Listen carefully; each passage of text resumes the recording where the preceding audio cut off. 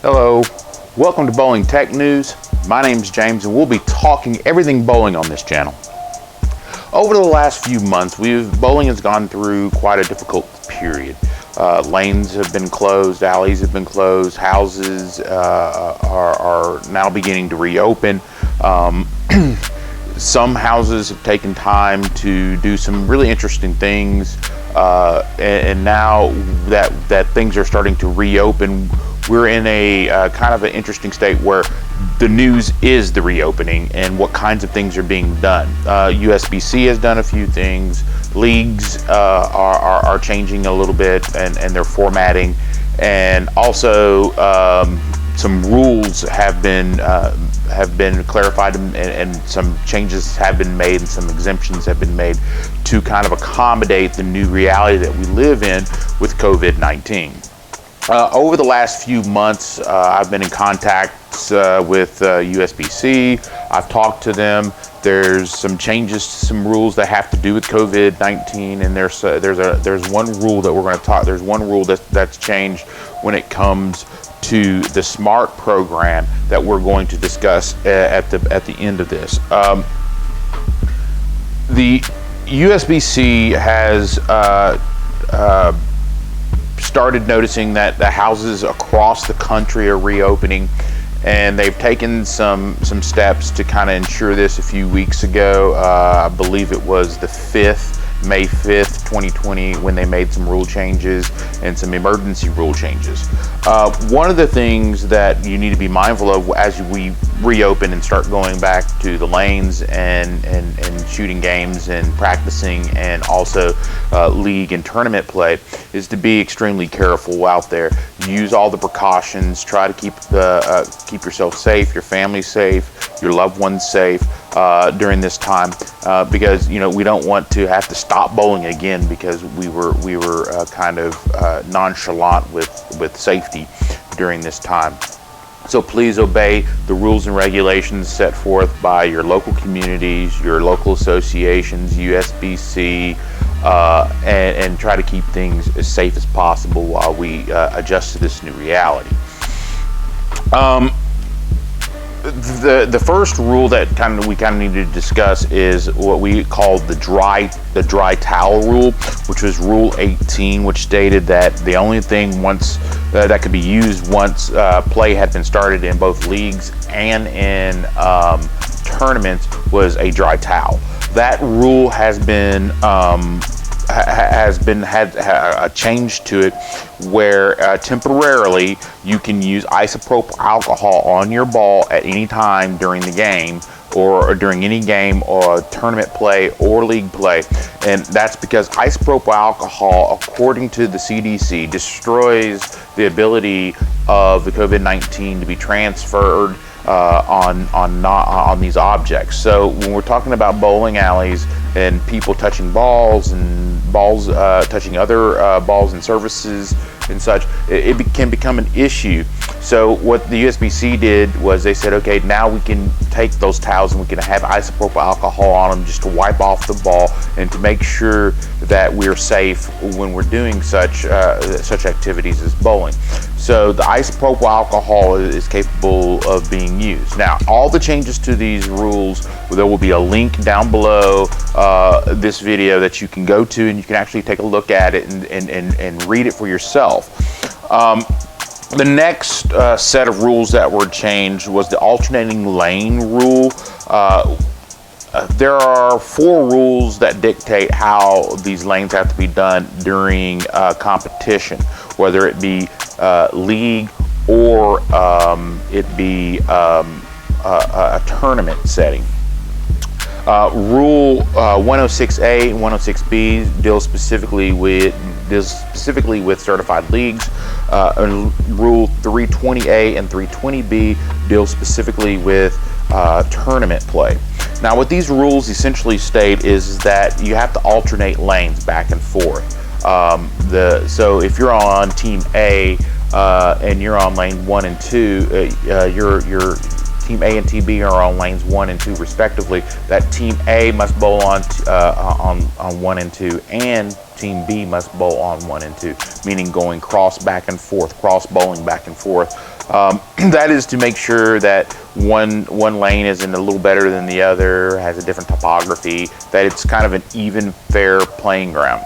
However, due to COVID-19, what they're saying is that the alternating lane rule is no longer required during certified competition during these emergency measures. Now, these emergency measures come about through a process at USBC rules called Rule 14. It gives the USBC board and competition committees the ability to have emergency measures, and these emergency measures come about through emergency powers within the Rule 14. What Rule 14 essentially states is that during one of these emergencies, which a national emergency has been declared involving COVID-19, and in fact, an international emergency has been declared amongst this pandemic throughout the world, USBC used its power to change some of these rules temporarily. Now, these are temporary rule changes. These are not permanent rule changes, and I look for USBC to start going back to some of their original rules and going back and reinstating 106A, 106B, 320A, and 320B. I look for those to go back as soon as we get this pandemic under control and we know what we're dealing with worldwide. And I also look for USBC to eventually go back to the dry towel rule, Rule 18. And then also further restrict the use of isopropyl alcohol later on. But that's not happening right now, and then I don't see it any time in the near future, according to my sources at USBC and others who are familiar with this process, that these emergency rules may stay into effect for several months or even years, depending on what really how this pandemic comes about to be over the course of time. Now, another interesting rule that's not related to COVID-19 that kind of has changed was in the USBC's, well, it's not really USBC, but in the SMART program, there is a change to the 8-year rule. Previously, you had 8 years from the date of graduation to use your SMART funds, and that was a hard cap, meaning that there were no exceptions, no way to get past it, no exceptions or exemptions for that. But USBC has changed that. Well, the SMART program has changed that. The SMART program has made exemptions for military for the military. So if you join the military the day, after you leave high school, the day you get out of the military, that begins your 8 years. So it's the day. So if you spend 10 years in the military, your 8 years doesn't begin until after your enlistment ends. So we had this long conversation about this. This came about because I was on the phone with folks in the SMART program, and we were in the youth program and SMART program, and we were talking about this. And I asked them, well, what about those in the military? And it just hadn't occurred to them that this could be an issue, and that it was something that they needed to kind of take care of. We had a discussion, and the end result of that discussion was, hey, we need to really look into this. This is probably something that we're going to have to make a change to. And they made that change sometime fairly close to that discussion. And now you have, so if you join the military, don't worry about it. There's no rush. In fact, there's no rush to do anything with your SMART program, because your SMART money is still going to be there. You just need to inform USBC of your military enlistment so that they don't send off the money after 8 years back to the program in which it came from, which is what happens with that program. Now, SMART, there's a whole series that I've been researching on the SMART program, and I haven't filmed it yet. I have most of the script written. I hadn't filmed it yet because I knew that this was coming along, that SMART was going to make a change to the rule, and I didn't want to have to go back and make a change to my video for that, just because I wanted to be as accurate as possible, and I knew that this change was probably coming.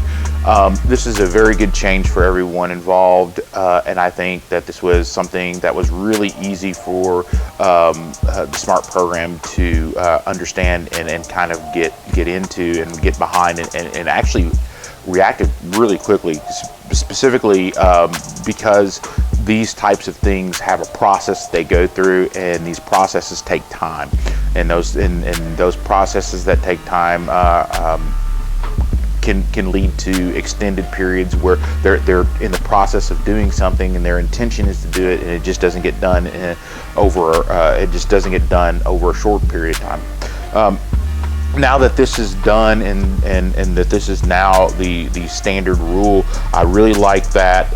I really like that they were so responsive in the SMART program to this idea that, you know, people who want to serve our country shouldn't be penalized for serving our country, and they agreed with me, and this rule came into being. Now, over the course of the next few weeks, we're going to be talking about the SMART program. We're going to talk about how it works, what it does. So if you have a child that is a bowler and wants to go to some tournaments that participate in SMART, then then this will explain the SMART program to you, so that it is not difficult for you to understand what's going on when you get your statement from SMART, when you go in there and read your statement, because that statement can be a little bit confusing. And what SMART's doing with the money, how the program is administered, how it benefits kids, how it benefits tournaments, and why your tournaments and your leagues need to really start participating more in the SMART program, because it benefits the youth, and it also benefits your league and your association and your tournament. These are things that are going to be discussed in that. Now, just to reiterate, we're going to go back through some of the rule changes. One, Rule 18 has been changed a little bit. The emergency rule is isopropyl alcohol, and only isopropyl alcohol can be used. Me personally, I recommend 91% or better, because it tends to work better for sanitation reasons. It is that's what I use, 91% or better. I think it goes all the way up to 98%, 95%, 92%, but I use 91% or better. The 70% and 60% may not be as effective for certain things, so you really want to look into that and make sure that, take my advice, just go ahead and use 91% or better and take care of yourself. So the dry towel rule has been changed a little bit. Once again, these are emergency rules. These are not permanent. These are temporary. Also, the alternating lane rule is no longer required in certified competition. That goes with Rule 106A, 106B, 320A, and 320B. They're no longer required for certified competition. So if you're a tournament director, or if you're a league president or whatever, you might want to look into that, because first of all, it can help you in liability issues. It can help you across the board with getting your tournament numbers up, that you're taking these precautions that USBC recommends. Once again, these are USBC recommendations. These are USBC emergency rules. They are temporary. We don't know how long they're going to be around. We don't know how long they're going to keep them in place. But for the time being, if you have the ability to use these rules, you can tell, we're following USBC safety standards, and that we're following these rules because USBC has information that tells us that these rules from the CDC, that these rules would be of great help. So you can come to our bowling tournament, or you can come back bowling in a league and be safe. So my anticipation is that that we're going to be slowly but surely coming back to bowling. That bowling will return very quickly. In fact, I believe there's going to be bowling on TV here pretty soon. I believe that pros are going back. The PBA is going back at some point in time with some modified rules that follow some of these guidelines and how they're going to be doing things. And I believe that's coming back very soon. The beginning of June, I believe it is what I've been led to believe, is somewhere around in June that the PBA would be coming back. But just remember to stay safe. Use some common sense rules. Sneeze into your sleeve or your arm, cough into your arms, wear masks. When you're around large numbers of people, try to keep your distance of at least 6 feet, and wipe your ball every time with a little bit of isopropyl alcohol on a towel to make sure that you are as safe as humanly possible from this virus. It is a very serious thing. It has killed hundreds of thousands of people, and nearly 100,000 people in the US, if not more by the time this is posted. So just remember that. Look at the links below to look at the rules so that you can bring these if your leagues or your association hasn't seen these rules yet, although I think they were sent out a while back. If they haven't seen these and they haven't been brought to the attention of the league or the association, then you need to take them in there and tell them, say, look, these are the rules. So the links are going to be down below to the new change in the rules. And just remember, be safe, and until next time, keep them rolling.